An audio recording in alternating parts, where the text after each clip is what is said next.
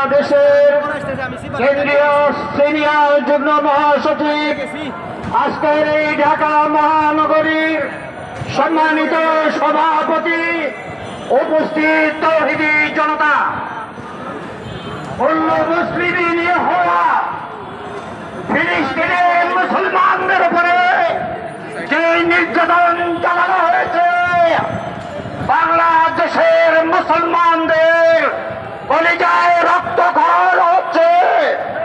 আমরা পরিষ্কার বলতে চাই, জাতিসংঘ নামক বৈষম্যমূলক এই সংস্থা আমরা চাই না।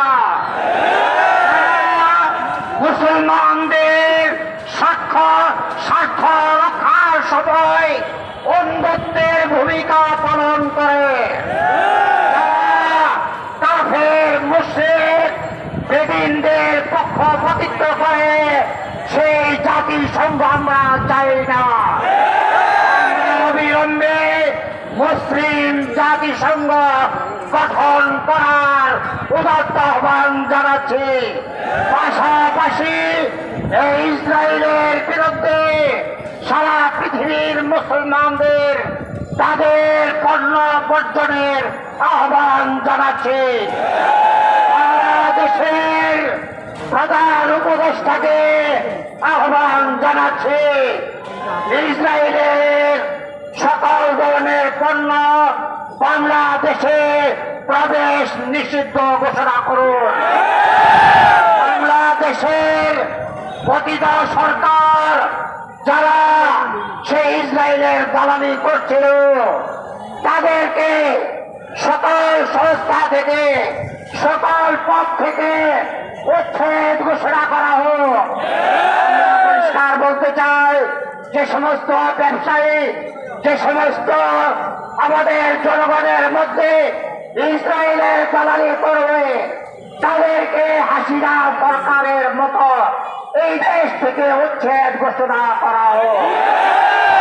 তৌহিদি জনতা, এই ফিলিস্তিন গাজার মুসলমানদের রক্ত হেফাজতের জন্য আমাদেরকে রক্ত দেওয়ার জন্য প্রস্তুত থাকতে হবে। সংগ্রামী তৌহিদি জনতা, কোনোভাবে ইসরায়েলের পণ্য গ্রহণ করা যাবে না, যাবে না। সংগ্রামী তৌহিদি জনতা, আজকে বিক্ষোভ সমাবেশে এ পর্যায়ে বক্তব্য রাখবেন হেফাজতে ইসলাম বাংলাদেশের সংগ্রামী যুগ্ম মহাসচিব জনাব মৌলানা আজিজুল হক ইসলামাবাদী। বক্তব্য রাখবেন মৌলানা আজিজুল হক ইসলামাবাদী।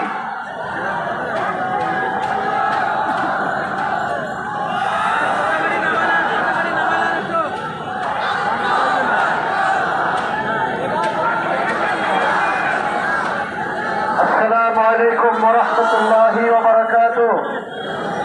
الحمد لله رب العالمين، والصلاة والسلام على خاتم الأنبياء والمرسلين وعلى آله وصحبه أجمعين।